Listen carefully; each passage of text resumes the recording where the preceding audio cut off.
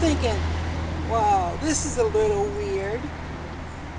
What the heck's she doing filming in a cemetery? And an old cemetery at that.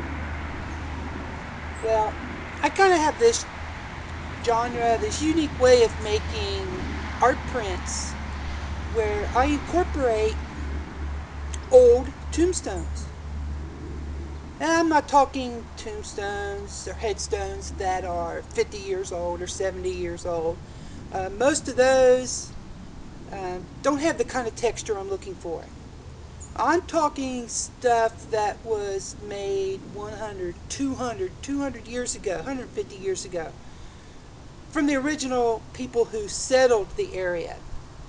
Uh, Many of these tombstones are, are really falling apart due to weather, and they have a lot of, sometimes they have moss and they have these lichens and um, other character features to them where the wind and the rain and just freeze and thaw and freeze and thaw um, are actually taking away um,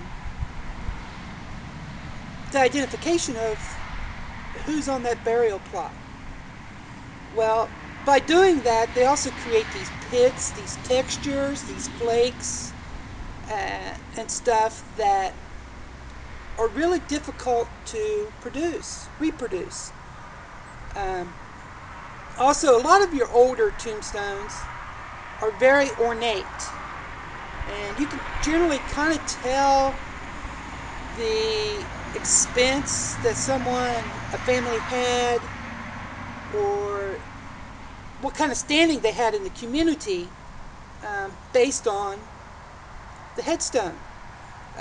People who really had money really had ornate headstones, a lot of carvings into them, a lot of textures just to begin with. You know, those artisans who create those tombstones like that, uh, they really know what they're doing. You know, anybody that can work in stone like that and create all these textures, and a lot of them was created by hand. You know, they chiseled them out by hand.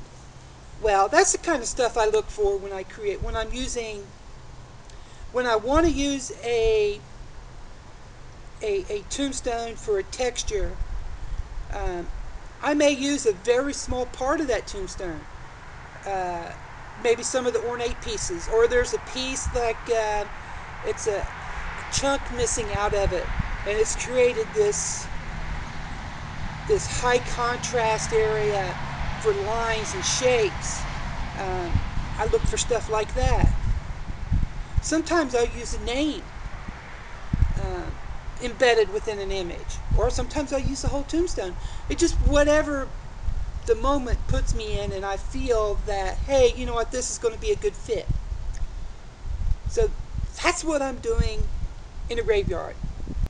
I try to be respectful of how a family member might feel um, about, you know, their long past relatives.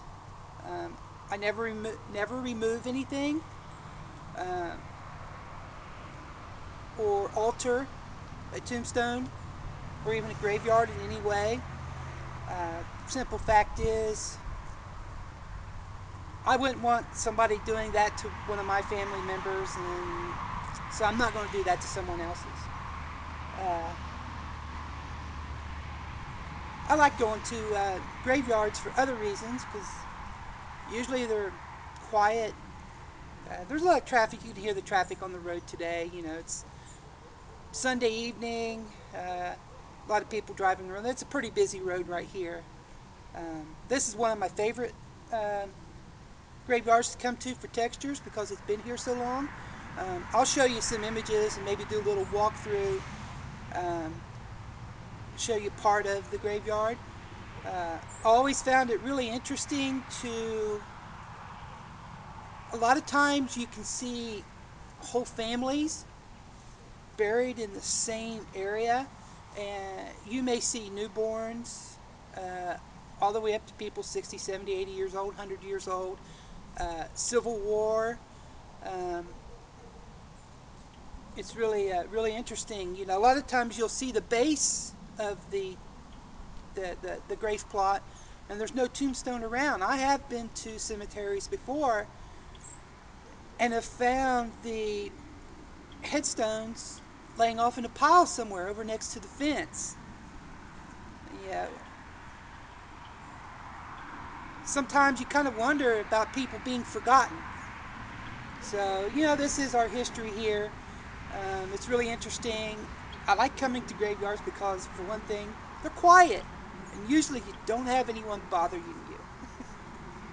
So, I'm going to take a few images of some of the tombstones, and I'll also display some of my artwork where I've used tombstones. Some of them it's really obvious. Some of them it's really, you look at it and you go like, oh, how neat. How'd you do that? And it's gotten to the point to where on some of those images that you don't even recognize that it's a tombstone. So that's what I like to do.